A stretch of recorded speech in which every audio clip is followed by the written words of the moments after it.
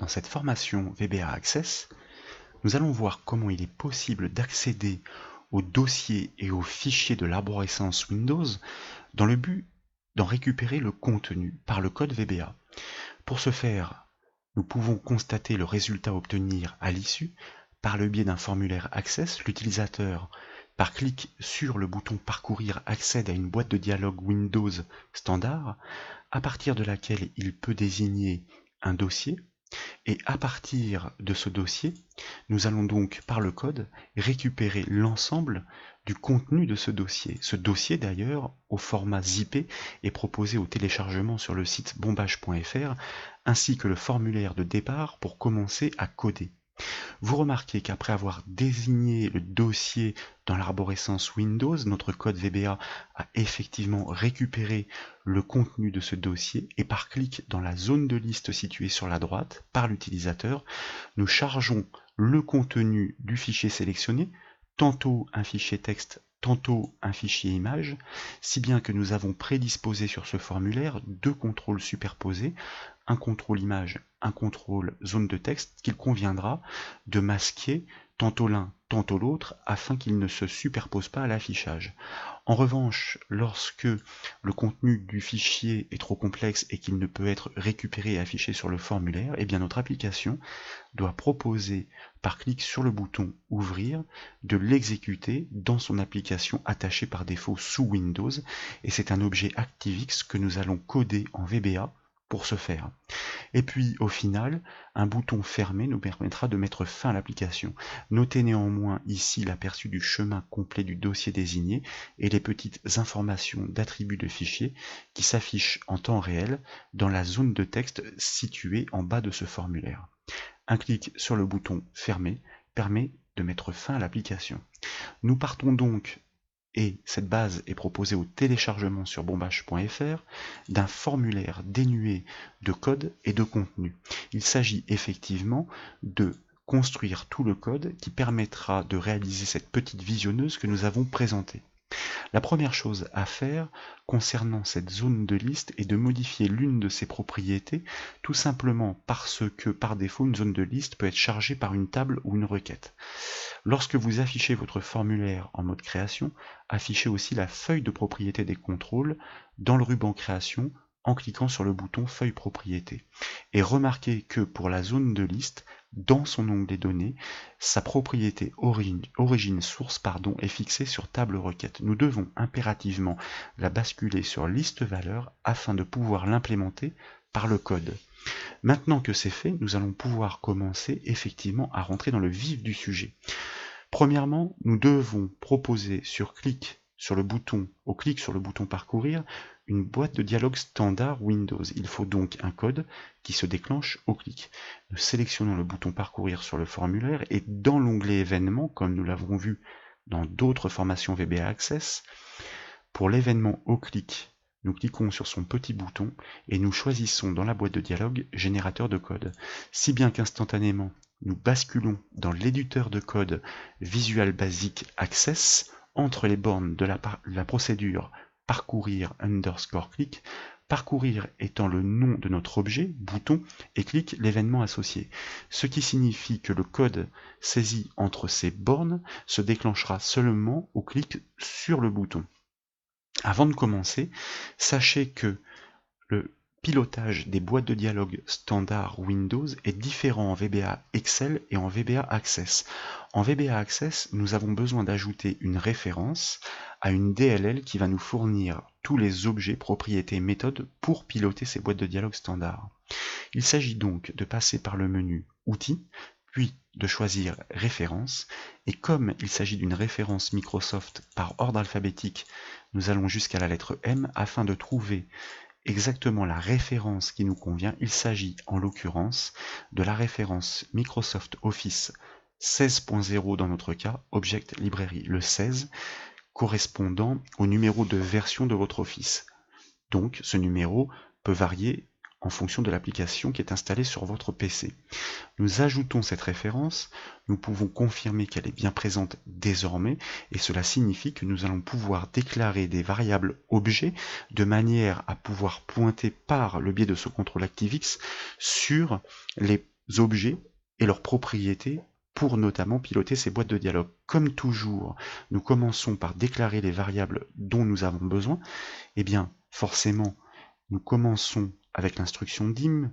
Comme toujours, nous déclarons notre variable que nous nommons boîte dialogue comme un objet boîte de dialogue à laquelle nous pouvons accéder désormais grâce à la référence par le biais de l'objet Office et la propriété FileDialog. Ça veut dire que nous créons bien une variable objet. Il nous faut aussi des variables pour piloter notre dossier et les fichiers qu'il contient. Donc, nous allons déclarer dans un premier temps, toujours grâce à l'instruction dim, une variable nom dossier qui porte bien son nom, comme un string, c'est-à-dire une chaîne de caractères, qui permettra de mémoriser le chemin complet d'accès au dossier que nous allons sélectionner par le biais de la boîte de dialogue. Puis, il nous faut une variable fichier que nous allons déclarer comme un objet, as object. Vous comprendrez lorsque nous serons sur ces instructions, tout simplement parce que nous allons utiliser une fonction VBA qui permettra d'en faire un objet ActiveX pour pouvoir piloter ces fichiers afin de récupérer leur contenu.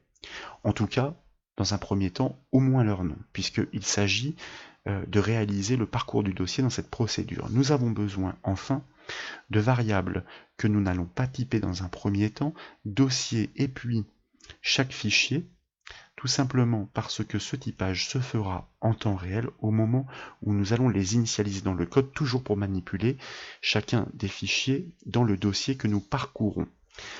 Comme toujours, bien sûr, et comme nous l'avons fait et en VBA Excel et en VBA Access, après avoir déclaré les variables, il s'agit d'initialiser et d'affecter celles que nous pouvons initialiser et affecter. Le mot-clé set, vous le savez désormais, est obligatoire pour pouvoir instancier un objet, en l'occurrence ici notre objet boîte de dialogue, afin de pouvoir piloter ces boîtes de dialogue standard Windows. L'objet application qui désigne l'application Access, en l'occurrence ici, propose des propriétés et méthodes, et comme nous avons ajouté la référence pour la librairie des objets Microsoft Office, nous avons désormais à disposition une propriété FileDialog qui va nous permettre justement de déclencher ces boîtes de dialogue, et vous remarquez que lorsque vous ouvrez la parenthèse, des paramètres vous sont proposés, car il peut s'agir d'une boîte de dialogue pour ouvrir un fichier, enregistrer le travail, ou encore, celle qui nous intéresse, désigner un dossier folder. Donc, nous choisissons ce paramètre. Ensuite, il s'agit de tester si effectivement nous avons bien instancié cet objet et que dès lors, nous pouvons bien accéder à ses propriétés et méthodes. Par exemple, avec notre objet boîte de dialogue, nous avons désormais une propriété title qui nous permet de définir un titre pour notre boîte de dialogue. Nous allons en profiter pour donner une indication à l'utilisateur, sélectionner un dossier pour récupérer les fichiers qu'il contient, puisque c'est le but de notre application. Et nous constaterons qu'effectivement, ce titre apparaît bien dans la zone de titre de notre boîte de dialogue. L'aide en ligne à laquelle nous pouvons accéder en sélectionnant un objet, une propriété, une méthode et en faisant F1, nous indique que cet objet instancié boîte dialogue, qui fait référence aux boîtes de dialogue standard Windows, propose une méthode show. Et que si cette méthode, puisqu'elle renvoie une valeur, renvoie la valeur -1, cela signifie que l'utilisateur a bien désigné un dossier. Dans le cas contraire, cela signifie que l'utilisateur a cliqué sur annuler. Nous en déduisons donc que nous devons poursuivre l'exécution du code seulement si cette méthode renvoie la valeur -1. Donc, nous utilisons une instruction if que nous avions apprise en VBA Excel pour demander si, en même temps qu'on commande l'ouverture de la boîte de dialogue par sa méthode show, eh bien, à l'issue, lorsque l'utilisateur clique sur un bouton ou un dossier, cette boîte de dialogue renvoie -1, car tant que l'utilisateur n'a pas cliqué, il ne se passe rien, le code attend. Si la boîte de dialogue renvoie -1, eh bien, cela signifie que l'utilisateur a bien désigné un dossier et donc que nous pouvons faire un traitement. N'oublions pas de boucler notre instruction if par endif pour éviter toute erreur de code. Et puis, avant de poursuivre, nous allons déjà constater que notre code est fonctionnel. Donc, nous repassons sur notre formulaire que nous pouvons exécuter avec la touche F5 du clavier Nous cliquons sur le bouton parcourir pour constater en effet que notre boîte de dialogue standard se déclenche.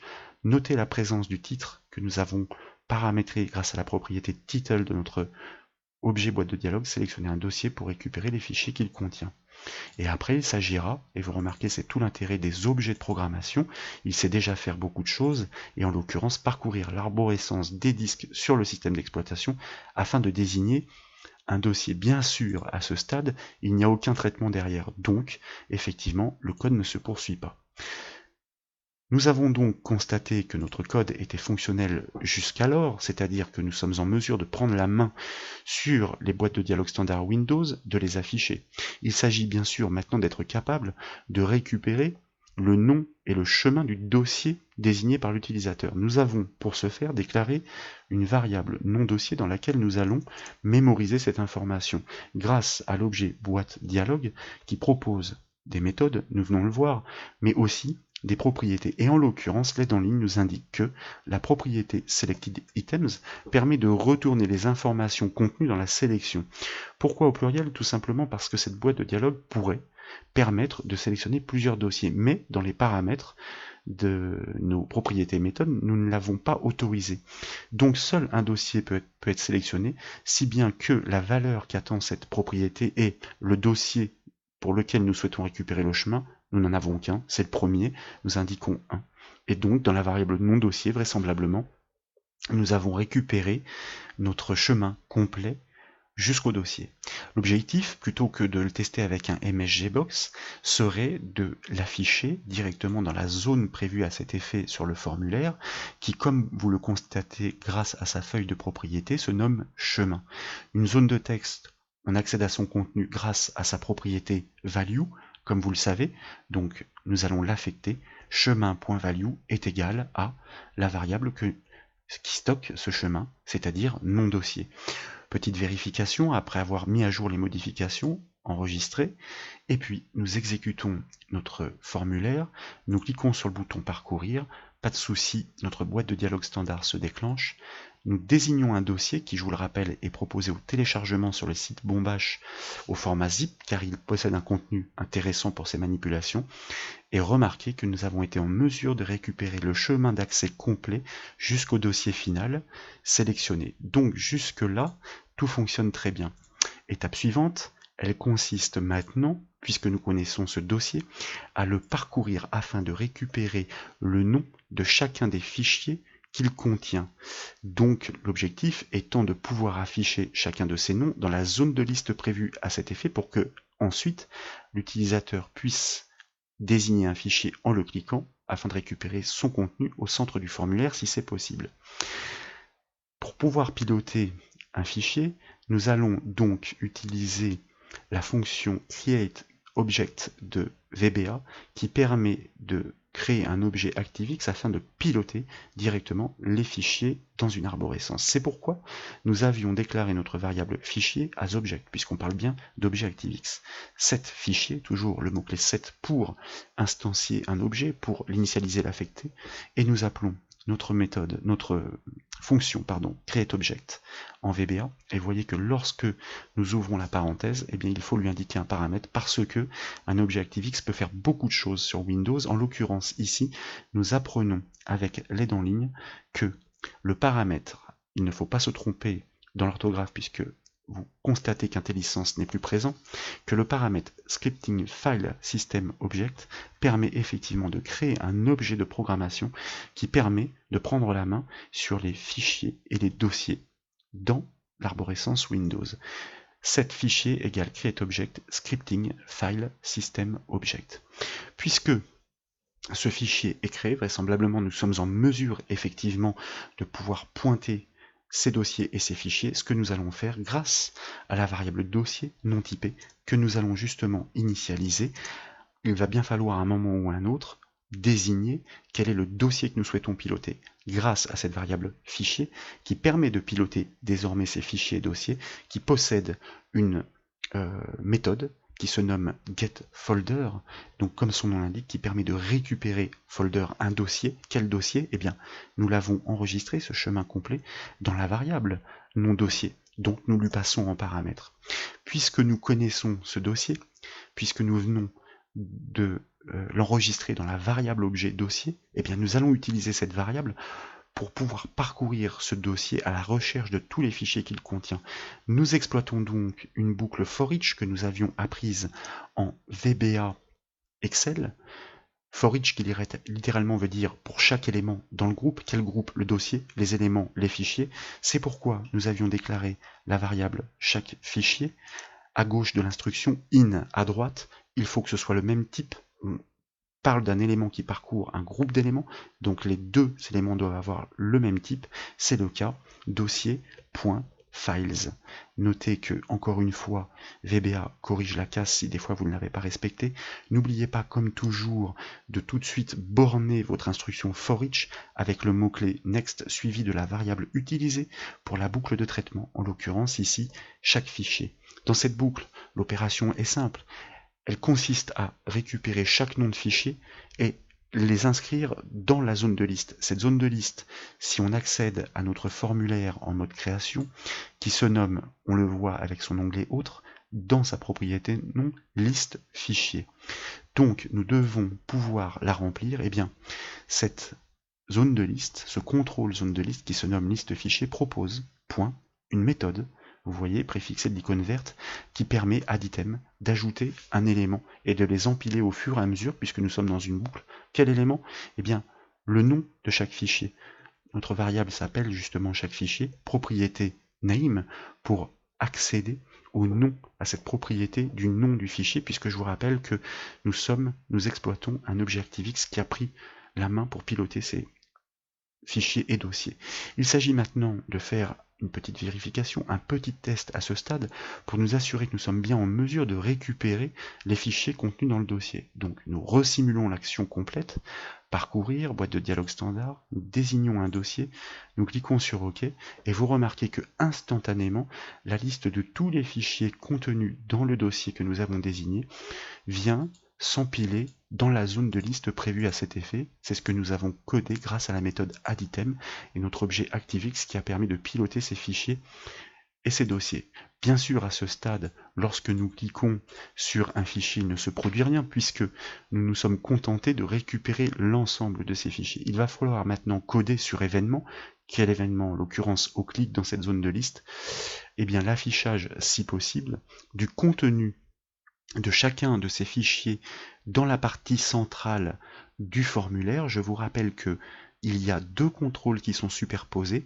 Tout d'abord un contrôle image et ensuite un contrôle zone de texte, et donc qu'il conviendra de les masquer l'un après l'autre en fonction du contenu qu'on récupère. Nous allons donc nous concentrer désormais sur le code qui permet justement de récupérer ces contenus.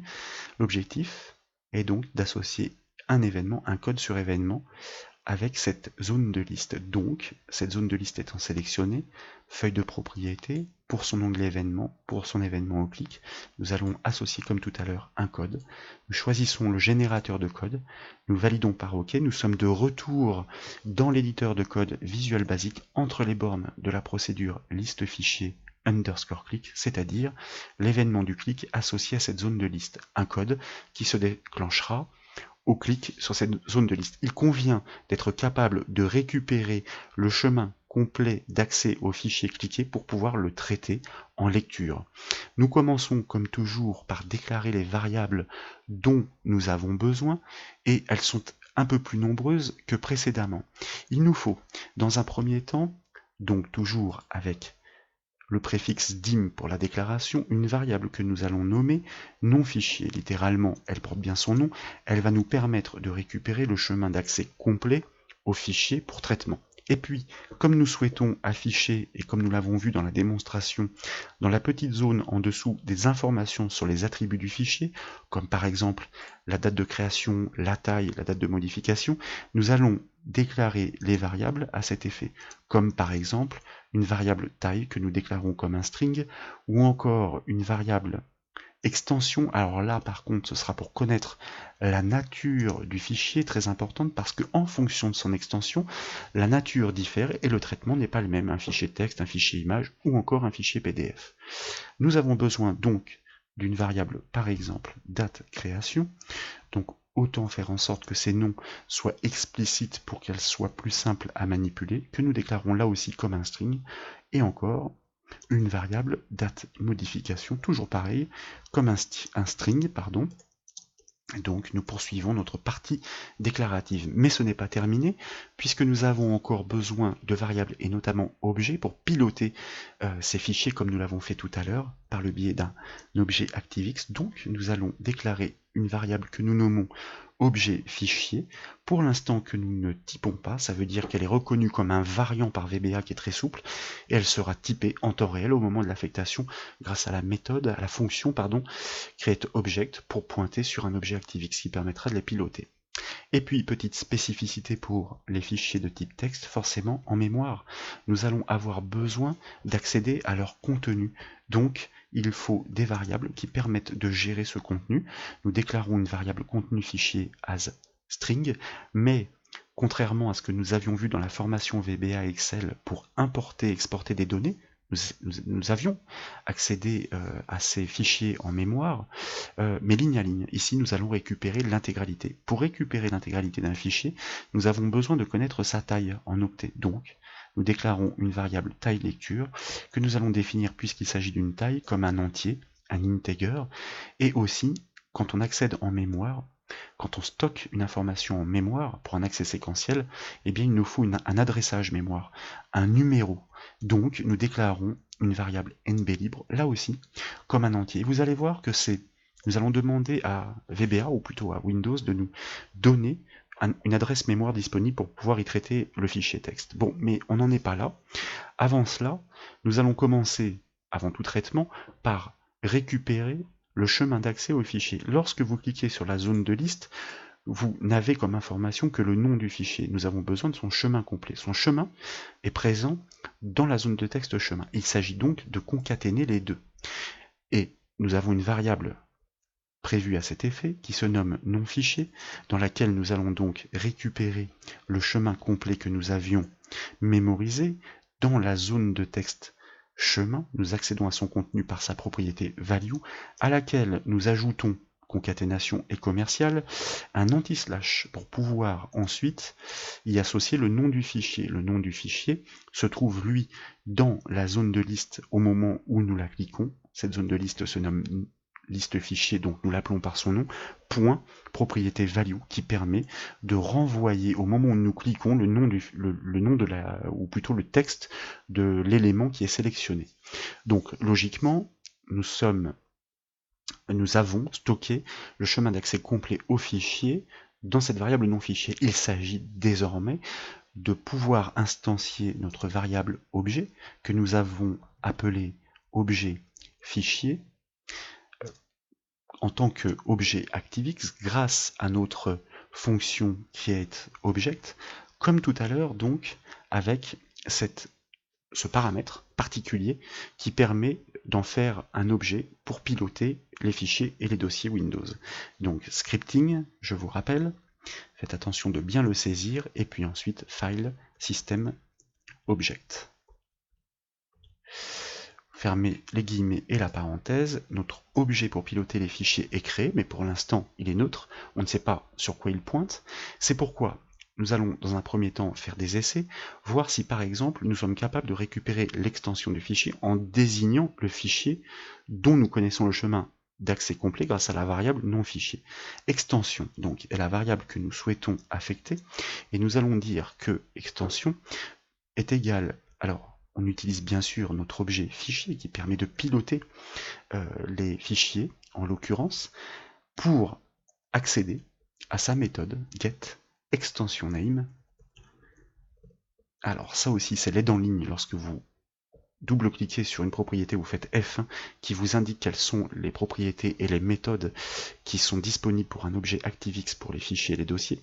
getExtensionName qui demande un paramètre, et bien le fichier duquel on souhaite obtenir l'extension. Pour voir à ce stade si notre code fonctionne, nous allons faire un petit essai par le biais d'un MSGBox, voir si en affichant l'extension à l'écran, nous sommes en effet en mesure de la retourner. Donc, nous exécutons notre formulaire, nous cliquons sur parcourir, nous désignons notre dossier par le biais de la boîte de dialogue standard, notre liste se charge bien dans la partie droite, et au clic, en effet, un événement, un code est déclenché, et remarquez que nous récupérons bien l'extension, seulement les 3 dernières lettres en général, on va dire, du fichier, ici il y en a 4, docx par exemple, pour les documents Word.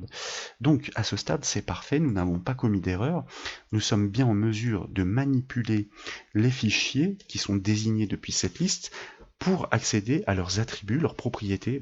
On va en profiter. Il s'agit maintenant de récupérer la taille en octets. Pareil, nous utilisons notre variable objet que nous avons nommé objet fichier que nous avons préalablement instancié, qui propose, et encore une fois c'est l'aide en ligne qui l'indique, une méthode qui se nomme getFile pour obtenir, pour pointer sur le fichier. Quel fichier? Eh bien, toujours pareil, nous avons mémorisé son accès complet dans la variable non fichier, dérivé une propriété size pour obtenir, retourner sa taille en octets. Tant qu'à faire, nous allons prélever ce bout de code puisque nous allons le reproduire à l'identique pour affecter la variable date création. Il n'y a que la propriété qui va changer puisque en l'occurrence on va bien pointer sur le fichier et puis derrière la propriété se nomme date created, donc on le nomme, et puis en ce qui concerne la variable date modification, il s'agit du même principe mais avec une propriété dérivée qui est différente et qui se nomme date last modified, comme ceci. Logiquement, à ce stade, nous avons donc été capables de récupérer l'extension du fichier désigné par l'utilisateur, ainsi que la taille en octets par la propriété size, ainsi que la date de création convertie en string, c'est-à-dire en chaîne de texte grâce à la propriété date created, et la méthode getFile pour désigner le fichier en l'occurrence, et la date de modification, toujours par le même processus, mais par le biais de la méthode dateLastModified. Ici, plutôt que d'utiliser un MSGBox, je vous propose qu'on affiche directement ces informations concaténées traitées dans la zone qui est prévue à cet effet. Elle se nomme détail, on peut le constater toujours de la même façon. On revient en mode création, on sélectionne le contrôle que l'on souhaite piloter, et par le biais de son onglet autre notamment, vous voyez que sa propriété nom se nomme bien détail, donc nous allons exploiter cet objet par son nom et sa propriété value, comme toujours, pour accéder à son contenu, en l'occurrence ici pour l'affecter aux valeurs concaténées. Nous allons par exemple indiquer à l'utilisateur que ce fichier a été créé le, c'est une information statique que nous concaténons avec l'information dynamique stockée juste au-dessus dans la variable date création, et puis que nous concaténons, pourquoi pas, avec l'information sur la date de modification, par exemple modifier le, espace, que nous concaténons avec, encore une fois, cette information dynamique mémorisée dans la variable date modification, que nous allons concaténer avec des retours chariots pour mettre la suite des informations, en l'occurrence la taille en octets, sur une ligne en dessous. Dans une précédente formation VBA Access, nous avions exploité à ce titre la fonction CHR en VBA, qui permet de simuler des actions clavier par des codes que nous lui passons en paramètres. En l'occurrence ici, nous demandons de changer de paragraphe en faisant un saut de paragraphe et un changement de ligne grâce à ces deux codes. Et donc sur la ligne qui suit, nous concaténons ces informations avec le texte statique appelant l'information qui suit sur la taille en octets mémorisée dans la variable taille donc de notre fichier désigné, et nous allons préciser cette information qu'il s'agit d'octets. Bon, l'objectif maintenant est de pouvoir tester si tout va bien, si aucune erreur est générée. Sachez que si une erreur est générée, c'est le principe même du développement, ce n'est pas grave. Nous chercherons quelle en est la cause. Ici, donc, nous sélectionnons un fichier. À ce stade, tout fonctionne très bien. Créez-le 3003, modifiez le 7, et vous voyez que la taille en octets s'affiche bien et que lorsque vous cliquez sur un autre fichier, les informations se mettent bien à jour en temps réel. On a une petite visionneuse qui commence à devenir intéressante, qui réagit bien. Bon, l'essentiel étant quand même de pouvoir récupérer le contenu image ou textuel lorsque c'est possible et de l'afficher au centre. Eh bien c'est la suite qui est proposée dans le développement de ce code, mais déjà nous avons bien avancé. Ici, il s'agit de traiter plusieurs cas. Il y a le cas où le fichier est de type image. Alors il y a plusieurs types d'images, il y a les BMP, GIF, JPEG, etc. Il y a le cas où le fichier est de type texte. Alors c'est pareil, TXT, CSV, INI, SQL, etc. Et puis il y a tous les autres cas où on ne peut pas récupérer le contenu. À ce moment-là, il faudra proposer à l'utilisateur de l'ouvrir dans son application, et là c'est un code VBA Access VBA plus largement, qui va nous permettre de le faire. Donc comme il y a beaucoup de cas à traiter, nous n'allons pas utiliser un if, else if, etc., mais plutôt une instruction select case, littéralement qui veut dire selon le cas. Nous allons pouvoir énumérer les cas. Nous l'avions exploité en VBA Excel à maintes reprises, et l'objectif selon le cas. Selon quel cas? Selon l'extension.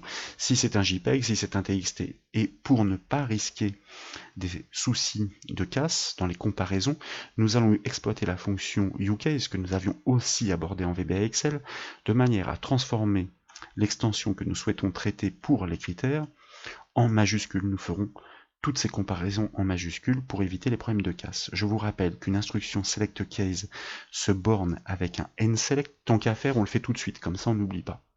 On va ensuite énumérer les cas avec le mot-clé case.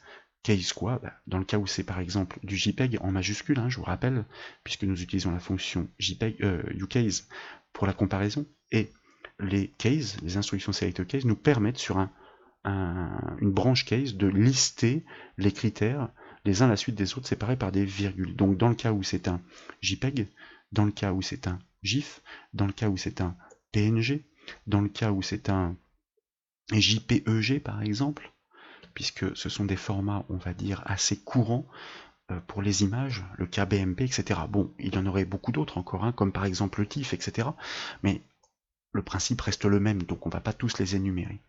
Dans le cas où c'est une image, le principe donc est de pouvoir afficher l'image au centre du formulaire. Donc la première chose à faire, comme je vous rappelle que les deux contrôles sont superposés, est de prendre la précaution de masquer la zone de texte du contrôle qui chevauche. Cette zone de texte au centre se nomme contenu. Sa propriété visible permet de définir si elle est visible ou masquée. Il suffit, c'est un booléen, de l'affecter à la valeur false, et ainsi nous masquons la zone de texte. Quand, dans le même temps, pour afficher l'image, nous allons nous assurer que le contrôle image est bien visible. IMG est son nom d'objet, .visible sa propriété, booléenne, que nous affectons à true. Donc, maintenant que le contrôle image est effectivement visible, il s'agit de le charger de l'image, ce contrôle IMG sur le formulaire Access dispose d'une propriété picture très simple que l'on affecte au chemin d'accès complet au fichier. Nous le connaissons, il est mémorisé dans la variable non fichier, donc il n'y a plus qu'à. On va tester avant de poursuivre le reste, mais oui, avant de poursuivre le reste, en revanche, on va quand même prévoir les autres branches case. Alors, il y a le cas où il s'agit d'un fichier texte, il peut s'agir d'une extension TXT, ou encore d'une extension INI, pourquoi pas, ou encore d'une extension CSV, ou encore d'une extension SQL, et j'en passe bien entendu, le processus restera toujours le même. Et puis, il y a tous les autres cas, c'est-à-dire où le fichier est trop compliqué pour être parcouru et restitué au centre de l'écran, auquel cas on demandera à Windows de l'ouvrir dans l'application associée. On met à jour les modifications en les enregistrant, on revient sur le formulaire que l'on exécute, on refait le même principe, c'est-à-dire qu'on clique sur parcourir, boîte de dialogue standard, on désigne le dossier, on valide, on récupère bien l'ensemble des fichiers, on clique sur une image et on constate en effet que l'image est chargée en temps réel au centre du formulaire, c'est parfait, juste par une petite propriété picture que l'on affecte au chemin d'accès complet du fichier grâce à ce contrôle ActiveX qui permet de le piloter. Vous voyez que la mise à jour se fait en temps réel. Bien sûr, à ce stade, pour l'instant, le fait de cliquer sur un fichier texte ne conduit à aucun résultat puisque nous n'avons pas encore développé la branche case de notre instruction qui permet de le traiter. Nous y sommes justement, c'est ce que nous allons faire. Première chose à faire, par mesure de sécurité, comme toujours, puisqu'il s'agit désormais de charger un contenu textuel, par rapport à ces deux contrôles qui se chevauchent, nous devons faire l'inverse. Ça veut dire que la zone de texte doit être rendue visible, tandis que pour ne pas risquer que les deux se superposent, le contrôle image, lui, doit être masqué dans le même temps. Donc, une fois que nous avons fait ça, il s'agit d'accéder en lecture au fichier texte, puisque nous avons décelé qu'il s'agissait d'un fichier texte. Alors, comme je vous le disais, c'est une chose que nous avons déjà fait en VBA Excel pour importer les données et les exporter notamment. Nous traitons ces informations en mémoire, donc nous avons besoin d'un adressage, d'une allocation mémoire libre. Nous avions déclaré une variable en en-tête de code NBLibre à cet effet.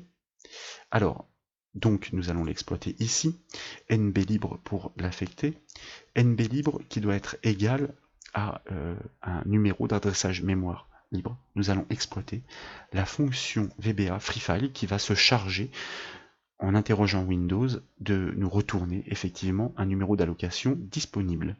Ensuite, souvenez-vous, c'est l'instruction open suivie du nom complet du fichier qui permet d'accéder à ce fichier que l'on va charger en mémoire.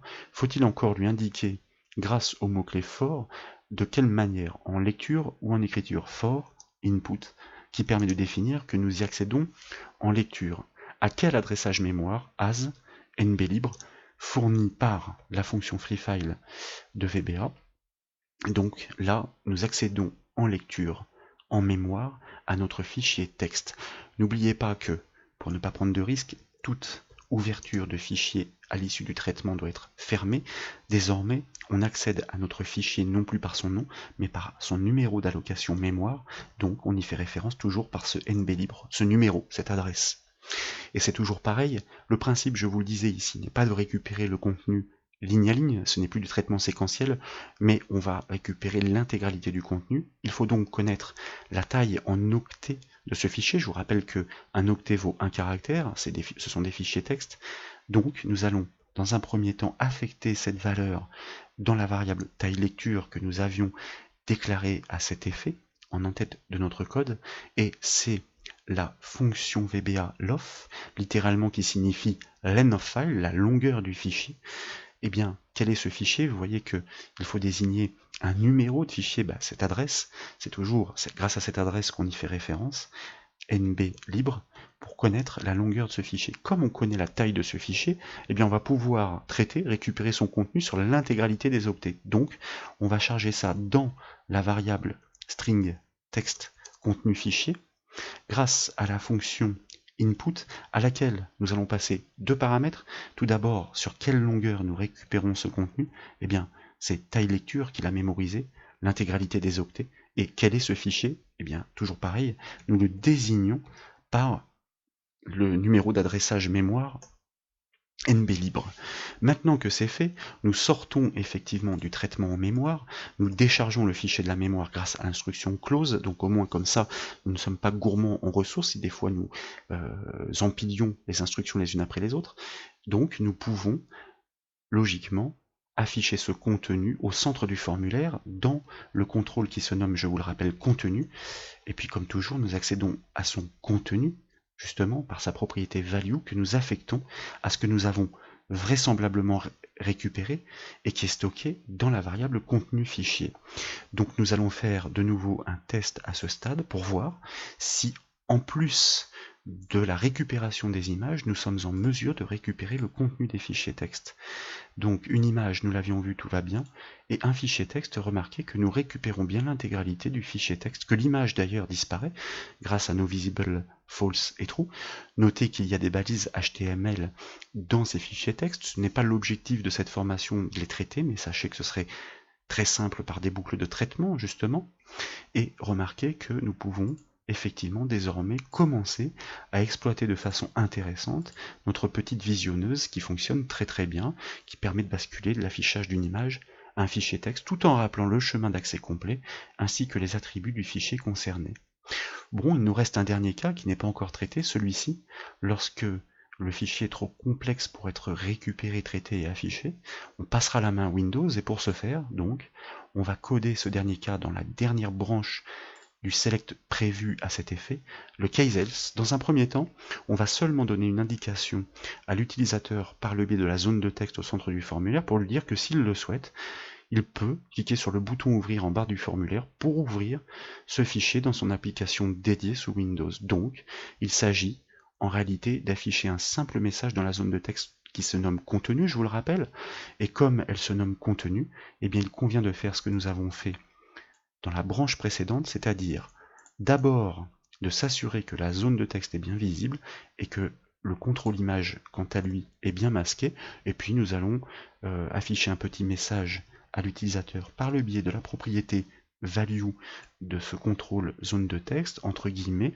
nous allons lui indiquer que le contenu n'est pas disponible, non disponible, comme ceci, et puis qu'il peut éventuellement, s'il le souhaite, l'ouvrir avec l'application associée. Alors, on va mettre ça 2 lignes plus loin. Pour mettre ça 2 lignes plus loin, vous voyez, je vais récupérer les instructions déjà codées grâce à la fonction CHR, qui, je vous le rappelle, permet de simuler des actions clavier. Donc on les double pour faire 2 sauts de ligne, et on va concaténer à la suite du message.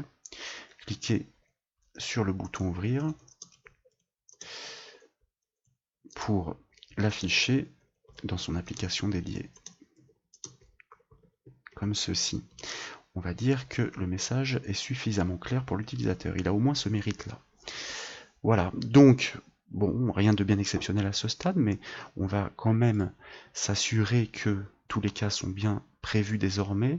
Nous cliquons sur notre bouton parcourir, nous désignons notre dossier, nous allons sélectionner un fichier texte, un fichier image, tout fonctionne parfaitement, et lorsque nous sélectionnons un fichier d'un autre type, en effet, le message que nous avons prévu, qui est intercepté par ce case else de notre select case, s'affiche, contenu non disponible. Cliquez sur le bouton ouvrir pour l'afficher dans son application dédiée. Le bouton ouvrir est ici. Il faut qu'il lance ici Word, ici le logiciel qui permet de lire du PDF, etc.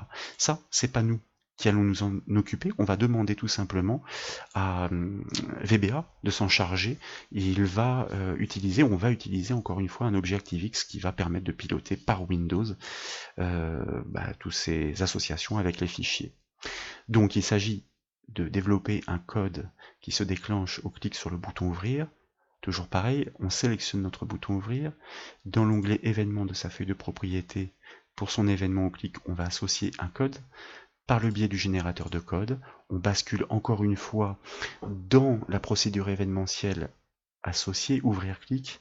Notre bouton s'appelle ouvrir, l'événement est le clic, le code se déclenchera au clic sur le bouton. Nous avons besoin de 2 variables. Une variable qui va permettre de reconstituer le chemin d'accès complet au fichier, puisque nous sommes dans une autre procédure, donc elle travaille en paroi étanche, l'information n'a pas été transmise, et puis une variable objet qui va permettre tout simplement de créer cet objet ActiveX pour piloter ces applications à distance et faire l'association. Donc instruction dim, comme toujours, pour tout simplement déclarer notre variable non fichier. On ne va pas changer le nom, ça allait très bien. Et puis, toujours avec l'instruction dim cette fois-ci, nous allons déclarer arbitrairement un objet que nous nommons mon application comme un objet, puisque je vous le rappelle, c'est un objet ActiveX que nous allons utiliser grâce à la fonction createObject pour pouvoir piloter et faire cette association. Pour la récupération du chemin complet, on ne s'embête pas, on l'avait déjà faite. Donc on va récupérer la ligne de code, on va la greffer dans notre procédure. Étant donné qu'il s'agit du même nom de variable, pas de souci. On récupère le chemin complet dans la zone de texte, on ajoute un anti-slash, et puis le nom du fichier qui est cliqué, sélectionné dans la zone de liste. Une fois que nous avons fait ça, eh bien, il s'agit d'instancier notre variable objet que nous avons nommé mon application pour en faire un contrôle ActiveX grâce à la fonction createObject. Cette fois-ci, par contre, nous ne lui passons pas le même paramètre. Une fois encore, c'est l'aide en ligne qui nous indique que le paramètre shell.application permet de piloter ces applications. Et vous allez voir que dès lors, donc ici, vous constatez que j'ai fait une erreur d'orthographe. Volontairement, je n'avais pas respecté la casse, elle n'a pas été corrigée. Cela signifie que je n'ai pas bien ressaisi mon nom de variable. Maintenant que notre variable est bien créée, instanciée, eh bien, logiquement, nous devrions pouvoir, en effet, accéder à ses propriétés et méthodes. Et en l'occurrence, ce contrôle ActiveX, cet objet ActiveX, propose une méthode open toute simple qui permet d'ouvrir un fichier dans son application logicielle dédiée. Il suffit de lui passer simplement le paramètre du chemin d'accès complet. Ça devrait fonctionner, ça suffit. Donc on va le tester, on retourne sur notre formulaire qu'on exécute comme toujours, on refait toujours le même processus, il faut bien redésigner le dossier puisque nous avions fermé le formulaire en l'occurrence. Bon, on constate comme toujours que notre application fonctionne très bien pour basculer en effet d'un type de fichier à un autre, et que lorsqu'il s'agit d'un fichier plus complexe, comme un doc ici, eh bien, on ne peut pas l'afficher, donc on clique sur le bouton ouvrir, notez le déclenchement immédiat de l'application associée par défaut sur Windows, sur cet ordinateur, pour un docx, c'est-à-dire du Word, et pour un PDF par exemple, eh bien c'est Microsoft Edge qui se lance pour afficher le PDF. Et il y en a encore d'autres en bas, comme par exemple ce classeur Excel. Et si nous cliquons sur ouvrir, eh bien vous constatez que c'est bien Excel qui est déclenché. Il y a 3 lignes de code et encore, on va dire, 2 déclarations de variables, un objet ActiveX, et ça suffit pour faire quand même obtenir un résultat qui est tout à fait satisfaisant. C'est ce que l'on peut constater en retournant dans le code. Ici, juste avec ces 4 lignes, nous arrivons à déclencher, à ouvrir plutôt, ou afficher chaque fichier dans son application dédiée. Il nous reste une dernière petite chose pour terminer notre application fort intéressante. Eh bien, c'est très simple, le bouton fermé doit mettre fin à l'application et fermer le formulaire, et nous allons utiliser une petite astuce que nous avions proposée dans l'une des formations VBA Access. Nous savons certes qu'il existe un objet d'OCMD qui permet d'exécuter des commandes, mais nous allons, comme nous l'avions fait, créer une macro qui permet de fermer un formulaire désigné pour la convertir en code, apprendre ce code, le prélever et le greffer dans notre formulaire associé à notre bouton. Donc, nous passons par le ruban Créer, nous cliquons sur le bouton Macro, nous basculons dans l'éditeur de macro, nous choisissons l'action que nous souhaitons, en l'occurrence fermer quelque chose, ce n'est pas la base de données que nous voulons fermer, donc vous voyez que nous n'avons pas non plus l'embarras du choix, il s'agit de fermer une fenêtre, et ensuite, pour cette méthode, nous allons définir quels sont les paramètres, en l'occurrence, quel type de fenêtre? Eh bien, un formulaire. Forcément, s'il s'agit d'un formulaire, il faut le désigner par son nom, nous n'en avons qu'un, accès fichier, donc nous l'indiquons, et puis ici, pour éviter les apparitions des boîtes de dialogue de confirmation, nous n'avons rien à enregistrer d'ailleurs, donc enregistrer, nous paramétrons sur nom. Nous allons sauvegarder cette macro avec un nom explicite comme par exemple fermer formulaire.